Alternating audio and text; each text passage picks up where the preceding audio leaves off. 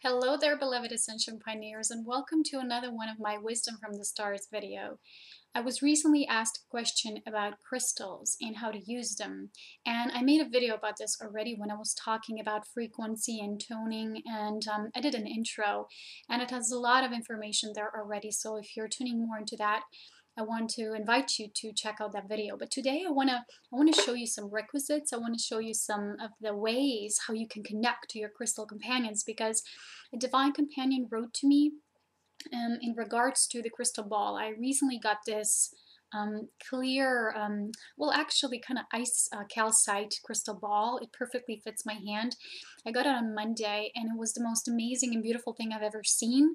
And I already call it my beloved, my beloved ball, because it gave me like really amazing, tingly, bubbly kind of sensations of love, and I'm just connecting with it perfectly. When I went to bed the first night, I couldn't take my hands off of this. I just was sleeping with it, and we were connecting, and she had a lot of messengers to share, and it feels like I call it a she.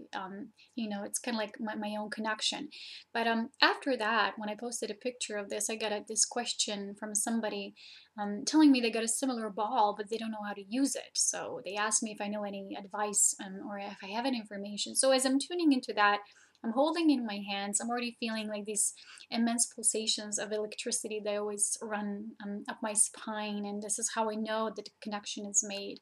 And in this video sequence, I want to really address this, how we really connect with our crystal companions, but it's not just our crystal companions, and it's everything that we are tuning into. It can be oracle cards, it can be, you know, anything of that matter, because what is the basis of this is the connection that we make with that part of creation. So a lot of people, you know, they buy maybe tons of crystals, but they just have them there sitting in their room, or they never use them, or they don't know how to use them, and they just feel they're supposed to be doing something with them, but they don't really receive much guidance about it. So today I had to record this video indoors because you know, I have a lot of requisites here to share, and I'm going to share some of my own crystal companions and other things, and I'm going to mention some of the, I feel, key crystals, high vibrational crystals that work really good with our ascension journey, with our physical ascension journey. And so I had to record it at home because I can't carry all of this with me into nature. So I had a chance for you know, once after every, you know, once in a while I get a chance to dress up, you know, kind of wearing my dresses. And today I finally had a chance again. So you can see my dress. It's really beautiful. It's floaty. It's kind of, it's called the Venus dress. That's how I bought it. It was a really long time ago. And I don't really have many chances to wear this because I'm always outside. Most of the time I'm just in my hiking clothes and just in my running gear. So I really had this chance, and I'm wearing my latest crystal creation. This is my elven tiara called Infinite Love. So as you can see, it has a double twin soul heart, and it has infinity symbol, and it has some beautiful you know, it also has butterflies in the back, some beautiful teardrops, clear teardrops. So I made matching twin soul infinity earrings as well. So I get a chance to wear it for the first time this way. And this is why I look this way. So now let's move on to my topic. Okay, I want to address this from a point of, as always, awareness.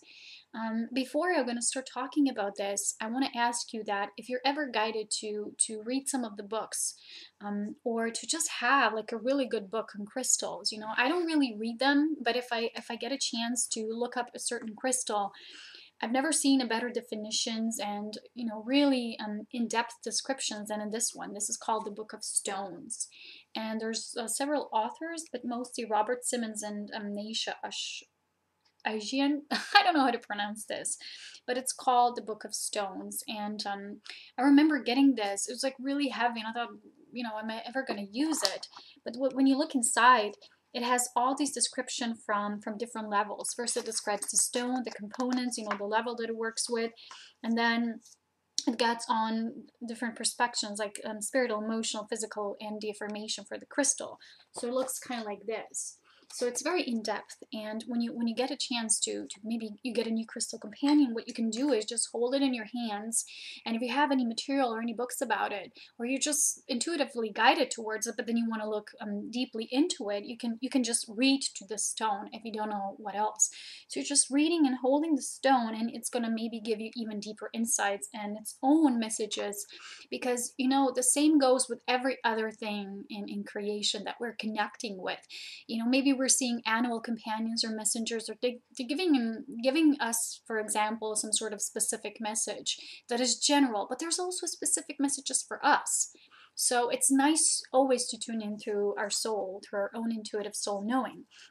So this is the book I recommend. I think there's also something called the Crystal Bible. I don't have that. I do also have Ted Andrews' Crystal Balls and Crystal Bowls. I didn't really read that one as well, but as I'm going to have a chance to work with my ball more, maybe I'm going to look into some recommendations. So each of these books, everything that we're reading or you know, accessing externally outside of ourselves, is just like an information, a database that we can tune into, see if something resonates, but then always reflect from deep within. So this is another one. But also lately, I already shared this. It's my latest crystal cards connection collection. It's called the Crystal Oversoul Attunements. And this one is really beautiful because it has the specific frequency and the ray of the crystal, and then also a beautiful crystal mandala that is formed. These are 44 healing cards and a book from Michael Eastwood, and with a foreword, Judy Hall. She's the author of that Crystal Bible. I don't really know much of that, but I do love these cards, and I'm using them also in my readings. They're helping me to tune into the soul ray, the ray of focus. And they look kind of like this, you know, you have specific mandalas. So when you're looking into that, you might get, you know, there's a meditation there that's described, but you can get a deeper insight as to what the mandala is speaking to you personally as well, because it's always about the personal aspect when we work with a specific companion that might help us on our ascension journey. As you know, everything is interconnected as one. So when we do our mandalas, it's the same way. We connect to a certain specific focus ray of the person, you know, and then a certain specific divine vibration comes through the divine geometry and symmetry of the mandala. So this is how this takes place. So this is the external material. Now I want to get to the juicy part, which is how we work with these companions ourselves. Firstly, before addressing this, I want to give an example. This is what I want to do first. An example of a few very higher dimensional crystals that are crystals that you can even see that in the book. They're referenced as crystals that work on a higher level of vibration. So you can tune to multidimensional levels, to higher spheres of guidance, to spirit guidance. So certain crystals are just, you know when you're ready. They're just going to be, there's going to be messages of them coming to you. And at this time in my journey, I would not recommend a better ascending crystal than Seraphinite. I didn't even know this exists. I really am thankful for these cards, because this is the first card that I pulled from this deck for myself, and I knew, because I know that I'm tuning into the seraphim levels, and this is the crystal that works on that level. And I ordered my first one right after, but what happened was I got it split in two. So this is what happened. You see, this crystal came split in two. And at first I was like, oh gosh, what has happened? And then I knew, you know, everything is always for a reason. Spirit always has messages to share.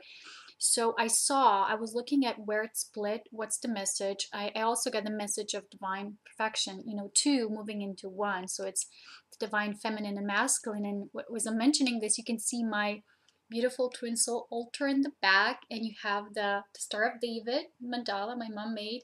It's me. That's twin soul essence. It's all me. And in the back, in the middle, you can see the beloved, the birth of the beloved painting that I did this weekend. And I already have a new plan. I'm going to start doing, I bought a canvas, a big one and a tiny one. I'm going to start doing mandalas, crystal grids, you know, doing them outside on the beach, but now I'm guided to do them so I can have them, so I can keep them like, you know, you get a painting and the crystals and my stones. I'm going to use all of these, and this is my next project, so I'm really looking forward to that.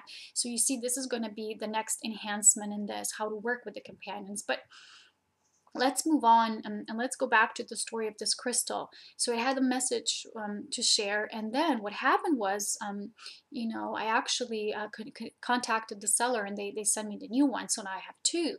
So now this beautiful one came, and these crystals, you have to know that seraphinite crystals, when you look at them, you can see they're called this way because of their structure. It looks like angelic wings. I don't know if you can see it, but when I was first looking at their images online, I saw amazing things. And when you see, certain specific forms, the certain form will just call you out. You will know which one to get because it will speak to you.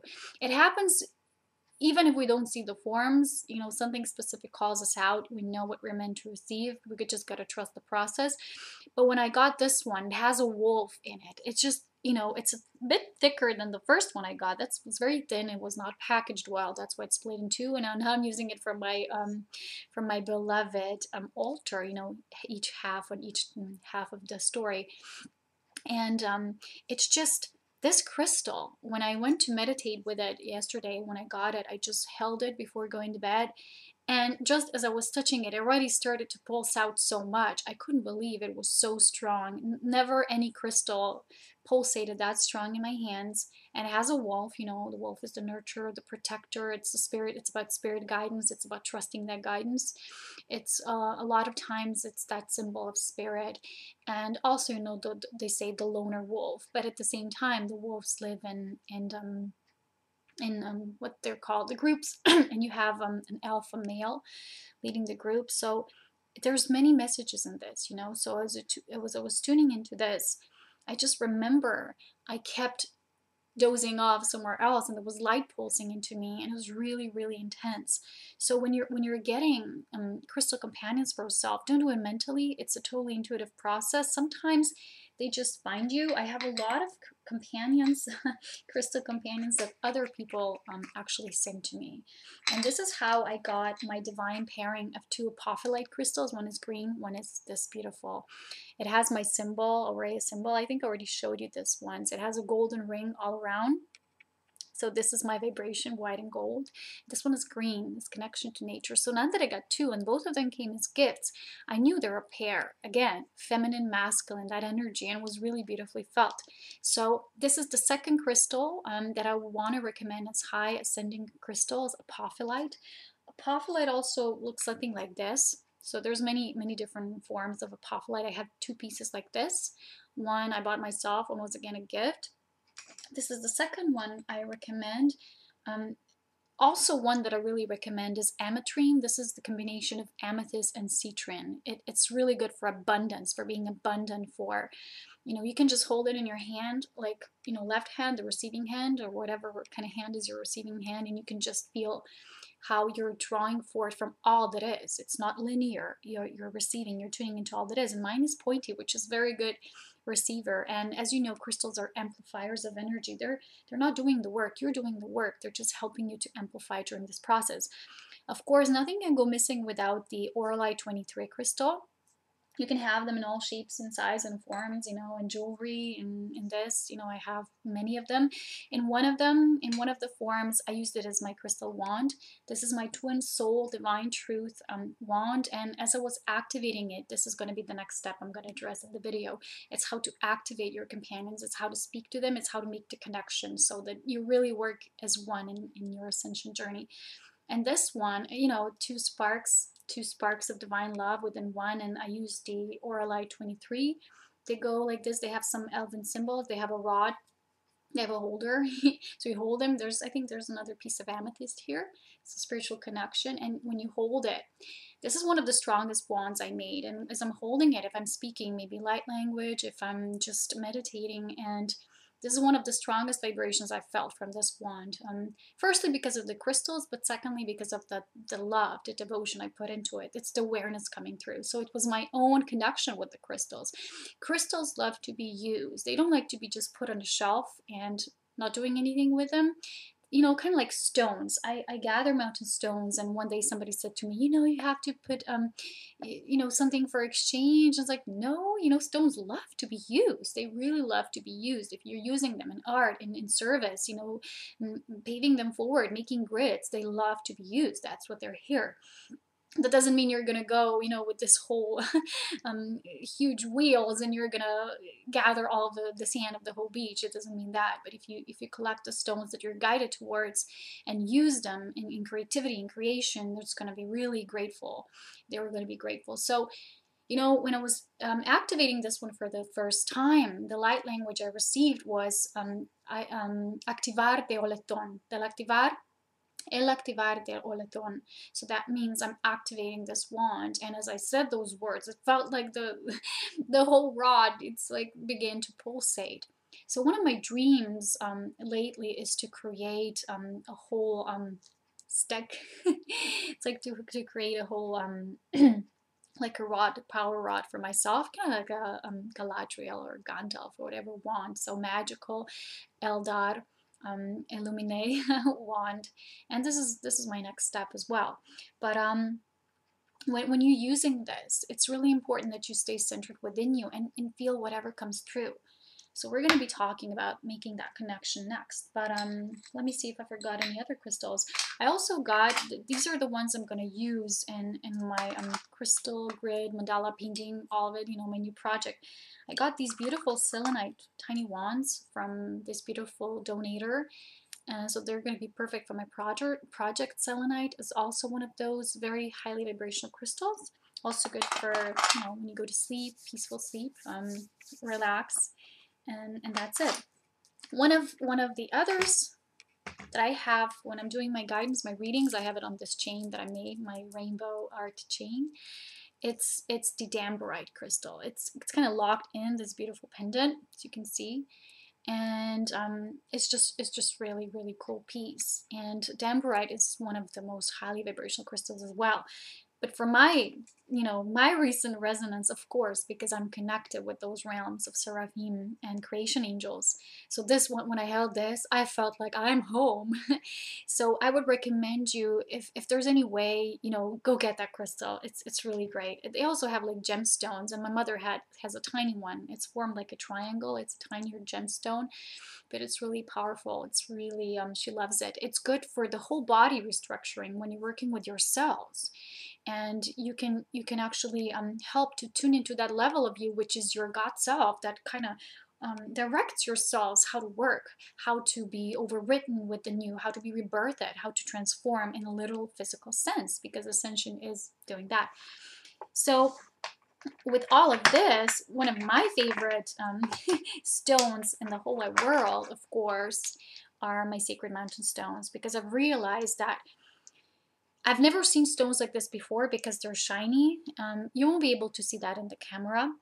No, of course not. It's really bad. But all these pieces, when you look at them towards the light, it doesn't even have to be really sunny. You look at them and they're glowing because that's limestone. That's pure limestone. But because we have a vortex here in these mountains, the energy is really high. So when the water comes, the water stream, the pure water stream from the mountains, you get that whole elevated energy. And when this limestone works in element with the water, they get sparkly. They kind of start forming these little crystals. So I found a few that are hold. You know, hold stones always represent like a looking glass, a doorway opening, and they're really high in energy as well. They're really good messenger stones. But stones, you know, when I work with them, they're always giving me messages. I see faces everywhere. I see, I don't know, they're just my buddies. It's like, I always find the best shapes. Somebody just recently said that you find the best shapes. How do you do that? I'm like, I don't know. It's just connection. It's natural to me. I just walk, I look, oh, there it is. You know, it's so natural to me. And I find the shapes, they always give me messages. You know, spirit confirms things for me, gives me what I need to know in the moment, gives me guidance. And at the same time, there's different levels of these stones. The sparkly ones I don't paint. I have them, I will use them in my art in other ways, but these are beautiful just to look at naturally because they're glowing, they're shining, they're like tiny little sparks of diamonds inside. Also, Herkimer diamonds, these are also very good. And I just order a few tiny ones. I'm gonna also put them in my crystal grid work, my art grid work. But now let's move on to yes, that's it. Oh, I gotta show you something else before I start the second part. There's a lot of shiny stone that look like they're just stones, but they have different elements and minerals in them. So I also, again, I found this one yesterday hiking. you won't be able to see it again, but it's totally looks like metallic because it has tiny jewels inside. I don't know if you'll be able to see that. No, of course not. There's the second one I found today. This one is also metallic, if you can see. There's the third one. I used that one in my this week's reading, and the fourth one is this red one, also a shiny one. So I keep these separate. And what I do is, because I'm connected to this level and I work a lot with the mineral kingdom, what I do is I have a lot of glasses and jars and you know, these holders that I kind of put them, you know, each one has their separate space and each one has their purpose and meaning. So this is what they love. This is what they really, really love. So now let's move on to the second part, which is I'm going to use this. I'm going to put that around my neck so we can be in that higher vibrational space of energy. And let's start with the ball. So it would be the same with any other crystal. I already showed you about the wand. If you're making wands, activate them. You don't have to make the same light language that I'm making. This comes from me, from my soul. But just activate them, give them purpose. I'm going to show you some other forms and techniques. So let's say you have the same question as that divine companion who said they don't know what to do with the crystal. So what's missing here, if you don't know what to do with them, is you didn't yet make the connection. Either way, maybe the crystal's not yet working with you because it's not time, and you're just keeping it there somewhere for later. Or another option might be that you yourself are, you know, just somehow not ready, you know, to start receiving. But what needs to be made first is the connection. So what you do is you always need to hold it. You need to hold it. You need to hold it in your receiving hand. And then one of the most important things is giving it the breath of life. So breathing into anything, you will notice starting to pulsate right away. So it's just simple. You just take deep breath, and it's a breath of not just, you know, it's the breath of deep awe and appreciation and magic and reverence. It's kind of like when I got this ball, I felt it's for me. Because I got a vision, it has how it's supposed to look when I was watching Harry Potter movies. They didn't even have globes there. I just knew I gotta get a wand, something. I just got a vision of myself holding it. And I was browsing it on eBay and I didn't find the right one. I saw some cheap ones from China. I'm like, I'm not getting that. You know, it just didn't draw me. The next day was the right day because I fell in love with this one. I saw this one and I immediately knew. The mind likes to rationalize, you know, I'm gonna get a cheaper one, or, you know, but the soul knows what it needs. The soul knows what, you know, is drawn towards you and what you're drawing with your own awareness. So giving it the breath of life is really important. And when I got my ball, I knew it's the perfect one. I just adored it. I fell in love with it right away. It was love at first sight. So with that love, with that appreciation for the crystal, you know, not just like, oh, that's a crystal, what am I supposed to do with it? It's completely different. So you hold it, you love it. It's like, wow, you know, what messages? How can you work with me? Just, you don't have to say it, just feel it. Breath of life. You can do it 3 times or more, as long as you start feeling the pulsating. Just don't rationalize about it. Don't think too much. Feel the energy and be open. Be open to receive whatever it is. Don't have expectations or attachment to what this is supposed to do for you. You know, you might get a crystal ball and you think, I'm going to become like Harry Potter. I'm going to start doing magic now. Don't do that, okay? So just feel it. Feel it with all your heart. Use it for when you're guided to use it. Sometimes it will be just companions calling you out. Maybe I'm going to go hiking and they're going to say, I want to go with you, and I'm going to take a few to come with me. So this is how they work. Oh, and I forgot one, but I can't find it right now. Where is it? Oh gosh. Yeah, that's kind of embarrassing because I don't know where I put it. I have this is what they do. I've heard that that's what they do. The Moldavite crystal, you know, tiny green one. I have a heart-shaped one. I just put it here in my third eye. It's very tiny, very cute, very magical. And Moldavite crystals, again, they can get you different spaces and dimensions. And sometimes people say, oh, be careful how you use them. You know, you might get too much. But I'm like, you can have too much. You always get as much as you're ready. So don't have fears. Don't have those warnings. You know, don't take them for real. Yeah, I don't know where that one is. It just sneaked out. How'd that happen? Maybe it remained there. Probably, you know, because I was supposed to record some. Oh, there it is. Oh, but it's not there. It's not here. I thought it was. Well, there you go. Oh, but I found another one, which is again Lemurian seed. This is also very highly vibrational crystal. I also made a one with this one, so now I only have this tiny one left for me to meditate. And that's one of the choices as well. But the Moldavite just disappeared. I don't know how. Maybe I meditated with last night, fell asleep, just fell somewhere. It's okay. Don't get fooled by the size. You know, oh, it's tiny, so it won't work. I need a big one. That's ego. Just feel what's right. Just feel what just feels right to you, because it's not about the size. Okay, so the second part, after you make the connection, it's having no expectation how you're supposed to work with that. Just feel it. You can use it. You know, like I said, the next part is using it in art, and that's what I do with my stones. You can use them for readings. When you see you're guided to a certain stone, look at the shape, look at the message, look at the forms in it. What guides you towards it? So if you have a ball, how the balls work in my own intuitive knowing. I didn't read the book, probably I won't. Just look at the certain sections. It's when you look at them, it's different than the totally crystal sphere. I have one of those. Somebody sent me one of those. It's really pretty, but you can't have it outside because it will burn everything. Because, you know, the light of the sun comes and through the magnifying glass, everything starts frying itself up. So that's not kind of my intent. And because I'm always outside, I wanted to have a companion that goes out with me so they can use it when I do light language and when I'm on my mountain beach and so on. So when you have a sphere, when you have a crystal globe, you can do globe gazing. You just look at it and see what draws you. It's the same with stones. You know, when I post my stones, I always ask you, what do you see in them? And that's always your perfect soul message that you're supposed to receive in the now for you, because that's how consciousness works. It's being reflected in something external, and it amplifies it, and you will get deeper into your awareness this way. You will see what wants to expand within you. So when I was looking at this one, I was seeing a lot of things. And the first day I got it, I made many pictures of it. But each one had a different message. Each one had a different picture. I just chose one. I had to choose one to post. But they were all unique. They were all very special.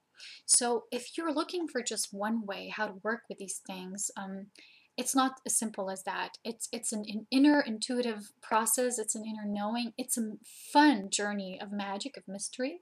So when you get something like this, it's always you know, kind of when you get a new magical friend, you know it's going to be something that's a lifelong building foundation, and it's going to be magical, and there's going to be things coming. Maybe once you're going to be ready, once not, and it's just, that's how they work. Sometimes you don't even know it's the influence that's interconnected. You might not even notice change, but when you look back, you will see, oh, I got this crystal companion and everything changed. You know, when I first got my I call this one my beloved one as well, because it has my cross symbol. And when I got this one, it was so magical. I went sleeping with it. Each night I fell asleep with that crystal, and it gave me a lot of interesting dreams and messages and feelings, mostly feelings. Don't expect, you know, hold something and then, you know, I'm gonna have the best dreams, I'm gonna have guidance, I'm gonna go to these dimensions. It doesn't work that way. That's again expectation. It doesn't go this way. What you need is that childlike, fun, blissful, joyful approach to everything that you're working with. So the breath of life, most important thing. The second thing, like I said, using them in your creation, in your art, whatever, that's what they really love. That's when they get vibration. That's when they start to pulsate, because you give them purpose, you give them meaning.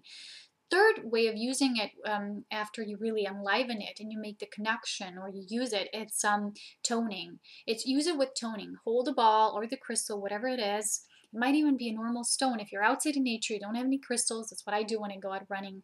Just hold a stone or something else, because you're grounding your spirit essence here. So this kind of helps to connect with the grounding core of the earth. And what you do is this amplifies anything that you're holding. It amplifies the energy. I'm sure you're feeling this ball because it's so precious. It looks light, but it's kind of heavy.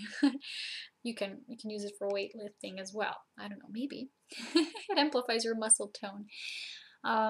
This last aspect that I mentioned, this toning, it's gonna again amplify the frequency, and you can do many different tones. You can do like ooh, that's the basic for all the chakras. You can do your own word, divine word. This is what I do. I go out for a run, then I sit, then I do some of light language. I usually receive a certain specific word.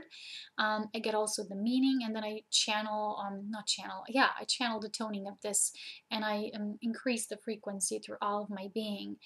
And it's important, you know, that the higher spheres of your being start getting grounded in the earth. So then again, always make the connection, always make the spiral, the circle.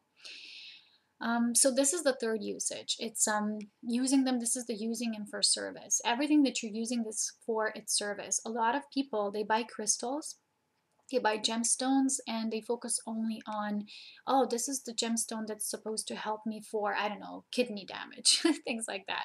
Or this one's going to help me with my urinal infections, or, you know, like disease that they believe into. So they believe the crystal has all the power, but it's not true. So how the crystals really work is they work with your awareness. They're kind of like poking you.